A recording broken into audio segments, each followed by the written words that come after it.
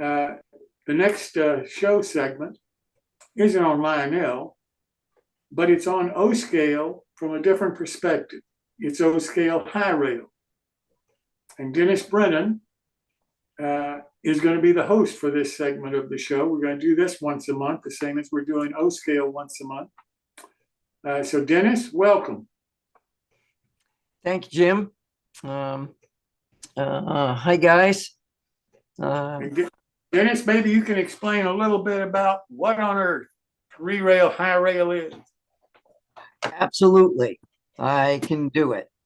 I don't see my picture up. Am I not up on the screen yet? Or you're not spotlight. Pat, can you spotlight him? He's spotlighted every time he talks. Oh, I didn't see. Okay, never mind. Anyway, I'm a high railer. Okay, well, what is high rail? Well, if you ask 10 different people, you're probably going to get 10 different answers on what high rail is. Hold it, Dennis, hold it a sec. Pat, he may be spotlighted somewhere, but he's not on my screen. There we go. Thank you. Yeah, that's what I was looking for, but yeah. Okay. It's okay. Anyway, if you ask 10 people what high rail is, you're going to get 10 different answers. And what I can tell you is what it is not. It's not the Plywood Central. Okay. It's not, or the Carpet Central or the Plywood Prairie Plywood. It's not that. Well, what is it exactly? Well, let me begin by telling you how I got here, and then maybe that will add a little bit of sense to it. I started with Lionel trains like everybody, or like most of us. All of us who are in my age bracket, we started with our first train sets and we loved our Lionel trains. But I remember when I had my 4x8 layout on a sheet of plywood, I would look at that and I wasn't real crazy about exactly how it looked, but my imagination would imagine all of those scenes that I would see, those art scenes that were drawn in the Lionel catalog. I could see that in my mind. And that's what I saw with my Plasticville houses and the little cardboard streets and stuff that I put down. And I even attempted a scratch build one. I did one little building. And then I grew up and I got married. And we're going to jump to, I lived in Duluth, just like our former speaker here. And I put together a layout figuring I'd do all the stuff the right way. And I got as far as all the bench work and stuff. And it ended there because I didn't know where to go with it. I didn't know. And then we moved and ended up in the Kansas City area. And I started to lay out in my basement. And I just decided to go for it. And I realized I love my Lionel trains, but I really want realism. I wasn't happy with the track, so the first thing I did was replace the track with Gargraves, which was the only thing available at the time. Now we have Atlas O, okay, in 3-rail. But then we didn't. So I used Gargraves, which is got wooden ties and a black center rail, and I painted the rail and I did the ballasting, my ballast, of course. Anyway, then Lionel came out with what they called Standard O. Now, Standard O was made to O scale, actually made to O scale standards, except that you had the tin plate trucks and couplers. And I stopped running all of my Lionel smaller stuff, which is slightly smaller than 148, typical Lionel.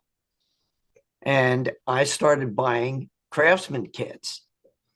And I realized that I was a high reeler. Now, I got that term from a Walthers catalog. And then I did some research. And the Walters catalog, the first time they issued that term high rail and described what it was back in, I believe it was 1951. And I'm going to read you just a brief, it was a 51. It was their 18th annual O-scale catalog. They don't even make that O-scale catalogs anymore. But back then, this is what they said, and I'll read you part of it. When you decide to become a true scale model railroader, you've been convinced that you should discard all of your toy equipment and go whole hog into scale. However, it's not necessary, even at this stage, to abandon your high rail track, eliminate the third rail, or adopt direct current for propulsion. We have seen many model railroad layouts that will be classed as scale, yet continue to use the center rail and alternating current. And then they talk about the track should be a 36-inch radius. That way you could use any kind of scale car that you want, as long as you use your, a standard coupler. Because you had to, if you're going to use standard O-scale cars to go with your Lionel stuff, you had to adopt a standard coupler or make a transition car that had a scale coupler on one end and Lionel coupler on the other. Okay, but it said, then they went on to say it's apparent. Well, I went on to say it's apparent from that thing in the 1951 catalog that high rail was already in use because they talked about it. They said, so I wondered, where did that come from? So I did some more research and I found a guy named Warren Morgan. Now, Warren Morgan, he coined the term. And that term, I'm going to share a screen here with you. Right here. Did that come up? Do we have that? Yes. Okay. Yeah. Okay. So Warren Morgan developed this term, and it's because his kids wanted to do more than just Lionel trains. They wanted to use scale equipment with Lionel, and they figured out a way to do it. And here's what Warren said. This is an excerpt out of the book that he wrote. They wanted to know, it says, in this 1954 book, he relates a conversation he had with his sons, referring to himself as Dad, about the layout they were building. All right, boys, you win, Dad admitted. We'll go model railroading with tin plate and as much quarter-inch scale equipment as we can adapt to it. We ought to have a club, said Jack one night, with a secret sign or password or something. So Dad thought it over and came up with an idea. Well, when I served in World War I, they called us rails. And whenever they saw our shoulder patch, the insignia of the 13th Engineer Railway, they shouted, "Hi, rail." It got to be more or less a common greeting to and between soldier railroaders. What do you say that we use that term just among us? Well, that's where it started. And then Morgan wrote many articles, just like Frank Ellison back in the day at the same time. And he convinced the National Model Railroad, NMRA, to consider and to accept high rail as a legitimate form of model railroading, which they did. And that was back in, I believe, 1951 or 1950. So that's how we got to the term. And that's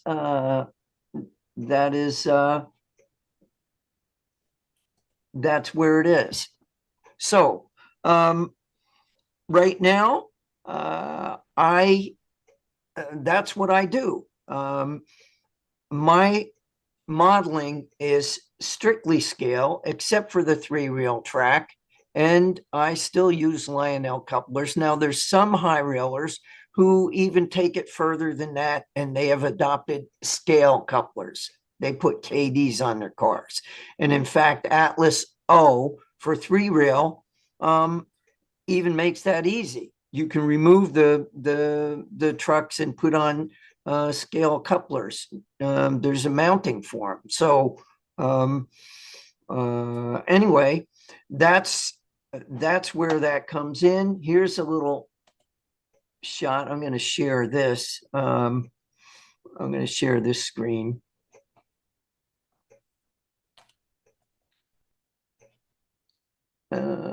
Is that up there now? Yes. Yeah. Well, that's that's a scene from the Sandy Harbor Terminal Railroad, which was a project layout that I built for Classic Toy Trains. This is what I consider high rail modeling. As you can see, that it looks as good as any 2-rail model railroad anywhere. Those buildings are all kit bashes from simple plastic kits. That's a Lionel electric substation kit. There's 5 of them that I use to make this. This is a Plasticville airplane hangar. These are Lionel like factory buildings that have been doubled in height, kit bashed. And then these buildings back here are HO. And those water tanks up there are HO, all to force the perspective. And this is a chain link fence kit that I offer. And this is some of my ground cover right here. And so that's high rail. And in the coming months, what I hope to do is introduce other people that are high railers. I will show some of my work. This is another shot of mine. I'll show my work as well as others. I photographed layouts all over the country for Classic Toy Trains, and a lot of them that I shot were high rail. And so we can see what other modelers are doing. Really, the only difference is the fact that we've got 3-rail track, and we might be using oversized couplers. And that's about it. So I think that'll be it for this segment, and unless anybody has some questions. Anybody have any questions for Dennis on this tonight? This is why you've heard me say. This is Mike in Florida. Yes. What is the actual height of the rail, since we're talking high rail? Well, what is the actual height of the rail is about twice, maybe not quite twice as high as your scale rail, but I don't think it's twice. What code is scale rail? Is it Yeah, usually 148 or 156. So you're talking it's going to be taller than that. Yeah, it's a little taller than that. But okay. But good. as you can see, as you saw, that's easy enough to deal with. Okay, I appreciate the information. Thank you. Sure. I think 172 is O scale. If you want to run with tin plate wheels, 172 code rail. Then, yeah, I think that's what Atlas makes their rail. So, although it seems big when everything else is built up to it and stuff and is correctly ballasted, really you don't see a big difference. I mean, unless you're a rivet counter and you're going to freak out over that.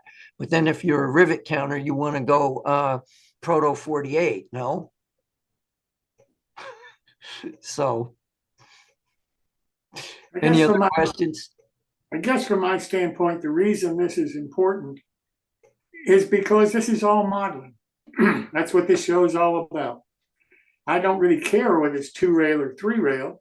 I think what you'll see, both from what Dave Schultz is going to show you from 2-rail modeling, And what Dennis is going to show you with high rail modeling, you can easily see the same manufacturers, the same kind of scratch building, the same kind of scenery, the same kind of detailed scenes created. The difference is the track, the wheels, the couplers. Maybe the cars themselves are overscaled.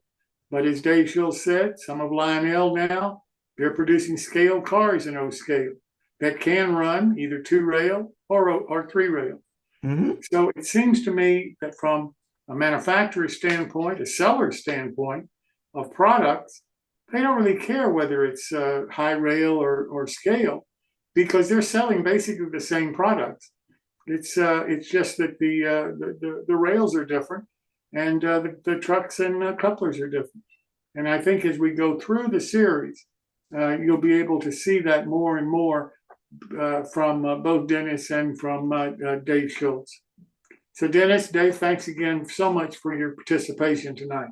Oh, can I put one more Sure. plug in here? If there's any high railers out there who would like to be a part of this segment, please contact me, and I'll put my email in here. You can contact me at Brennan's Model RR, Dennis at Brennan'sModelRR.com, and I'll put it in the chat thing. Or you can call me. I'll put my phone number and the email in there. So I'd love to talk to you. If you're not all that convinced that that you're ready, just talk to me. We'll talk about it. Doesn't hurt to talk to me, and maybe we can come up with a plan for you. Okay. Thanks, Jim. Thanks, Dennis. I appreciate it.